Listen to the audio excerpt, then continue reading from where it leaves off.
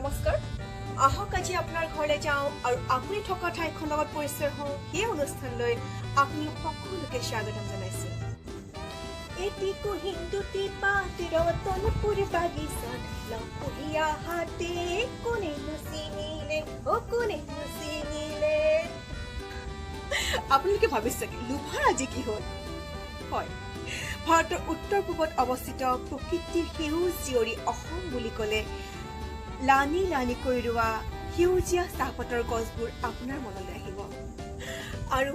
সেউজীয়া এই চাহপাতবোৰ দেখিলে প্ৰতিজন অসমীয়াৰে গুণগুণাবলৈ মন যাব সুদা কণ্ঠৰ এই গীতটো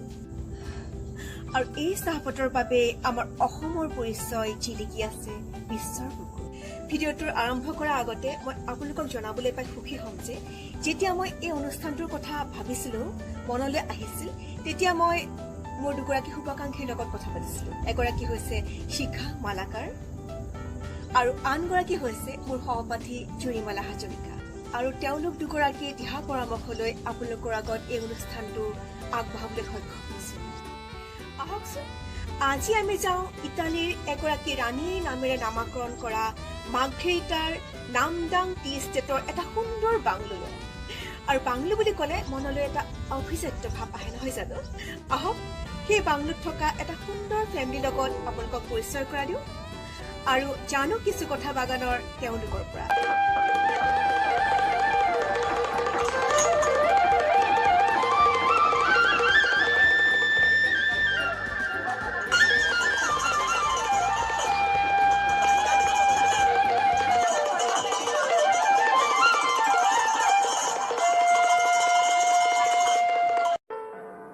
নমস্কাৰ মোৰ নাম নিতিকা বৰা মই নামদাং টি ষ্টেট মাৰ্ঘেৰিটাত থাকোঁ অলপচোন আজি মোৰ ঘৰৰ ফেমিলিখিনিৰ লগত আপোনালোকক চিনাকি কৰিবৰ কাৰণে লৈ যাওঁ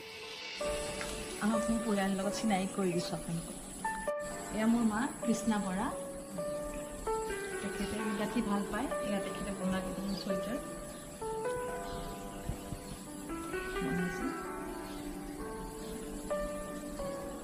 মোৰ ল'ৰা নমস্কাৰ মোৰ নাম ৰিকব বৰা এইবাৰ ক্লাছ 12 ফাইনেল দিছিল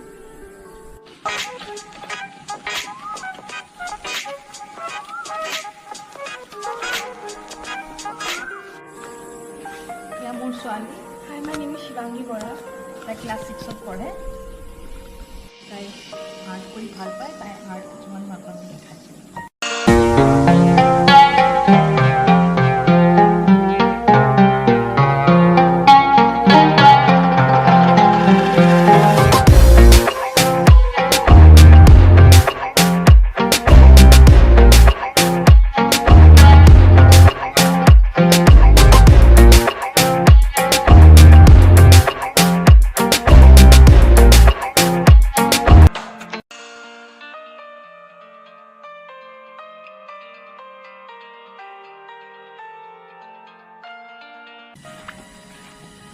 মোৰ হাজবেণ্ড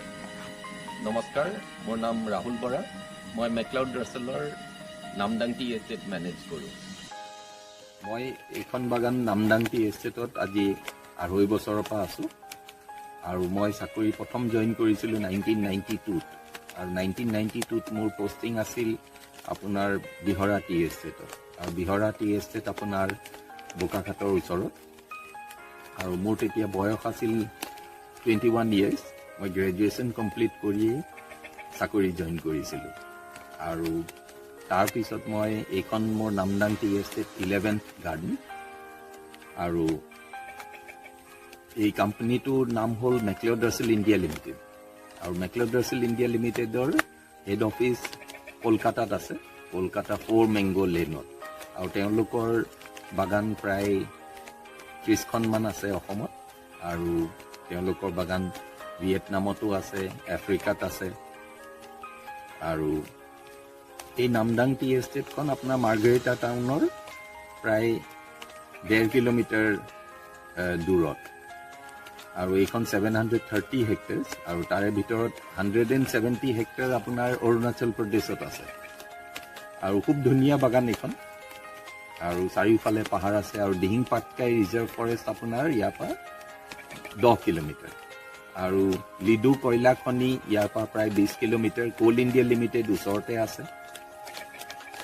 আৰু বাগান এখনৰ সেটআপ আপোনাৰ এনেকুৱা যে এজন মেনেজাৰ থাকে আৰু তেওঁৰ আন্ডাৰত কি এসিস্টেন্ট মেনেজাৰ্স থাকে আৰু এজন ডক্টৰো থাকে এখন বাগানত কাৰণ এখন হস্পিটেলো আছে আমাৰ ইয়াত টোটাল ওয়াৰ্কাৰৰ পপুলেশন আপোনাৰ প্ৰায় 1500 ওয়াৰ্কাৰ্স আছে আৰু টোটাল পপুলেশন আপোনাৰ ইয়াত 5000 আৰু তাৰে ভিতৰত 60 জন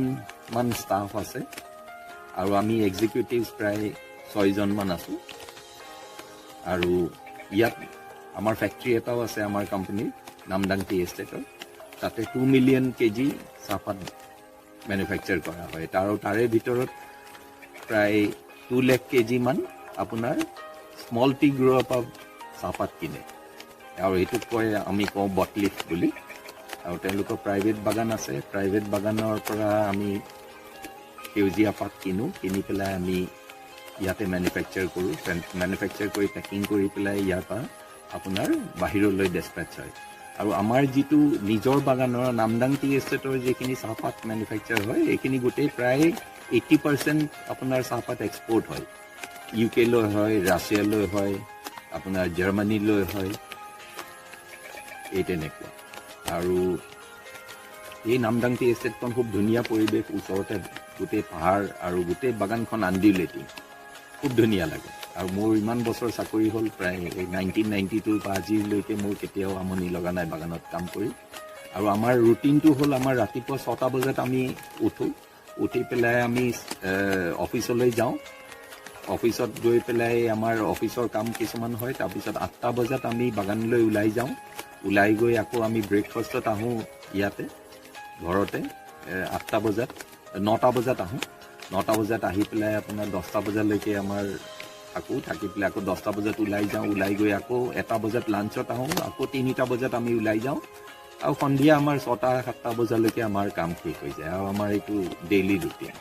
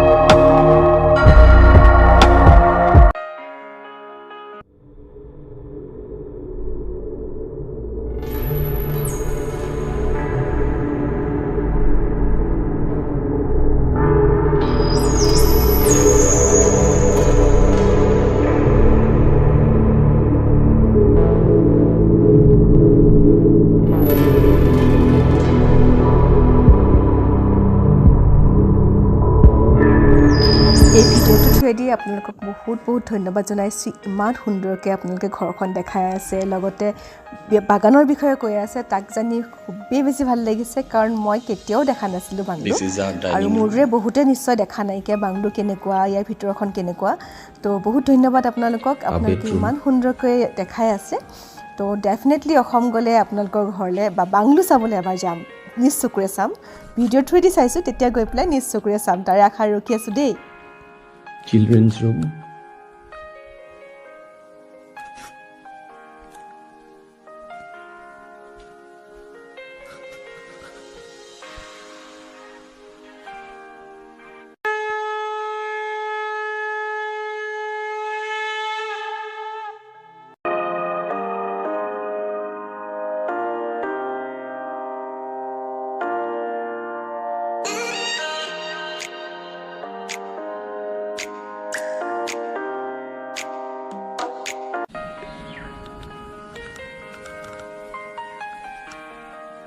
guest room,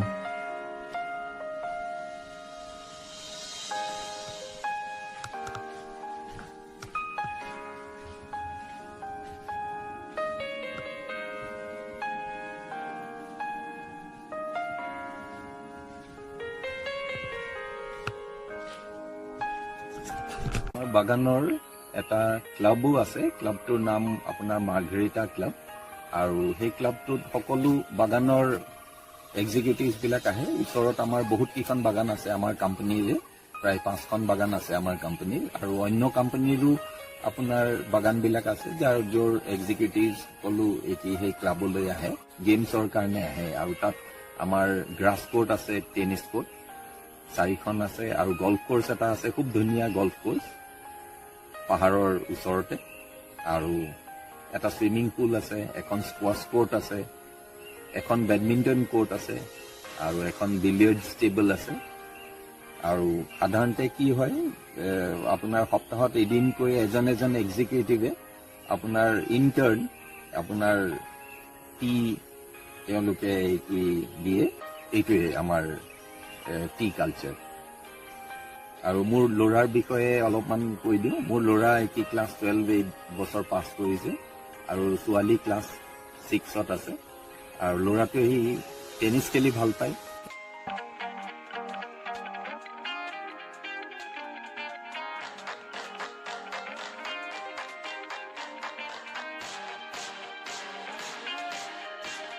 আৰু চাইকেলো চলাই ভাল পায় ই চাইকেল চলাবলৈ আপোনাৰ শ্বিলঙৰ ফালেও গৈছিল এক টুৰ্নামেণ্ট এখনত জইন কৰিছিল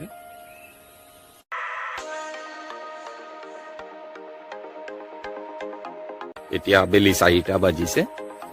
আৰু বাগানত কেনেকে প্লাকিং হয় গ্ৰীণ লিফ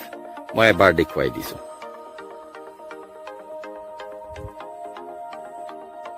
এইটো আপোনাৰ 2 and the bud এইটো প্লাক কৰা হয় প্লাক কৰি আমি ফ্যাক্টৰীলৈ পঠিয়াই দিওঁ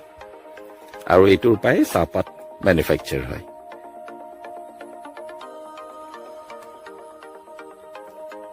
আৰু সেইফালে পাহাৰ যিটো দেখিছে ডাৱৰ নামি আহিছে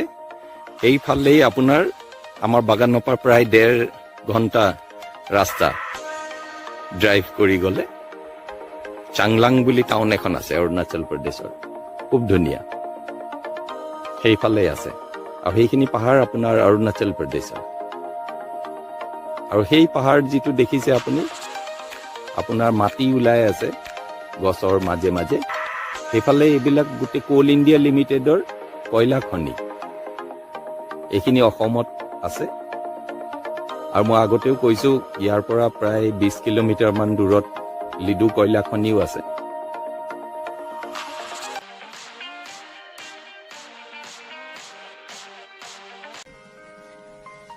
হবি আছে মেখেলা চাদৰ হেৰি কৰা এয়া মই কিছুমান মেখেলা চাদৰ দেখাইছোঁ মই এনেকৈ মোৰ নিজৰ শুৱালকুছিত হেৰি শাল আছে তাৰ পৰা মই বনাওঁ কাৰোবাক লাগিলে মই দিওঁ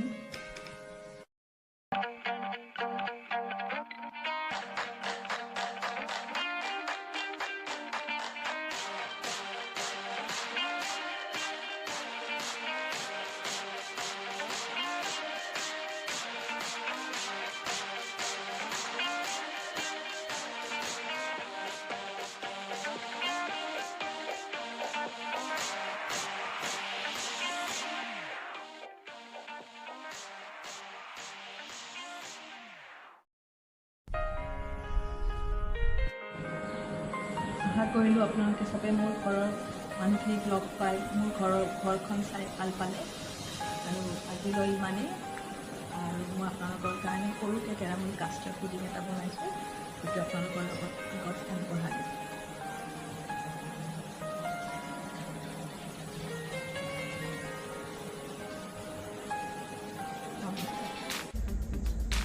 ধন্যবাদ মোৰ ভিডিঅ'টো চোৱাৰ কাৰণে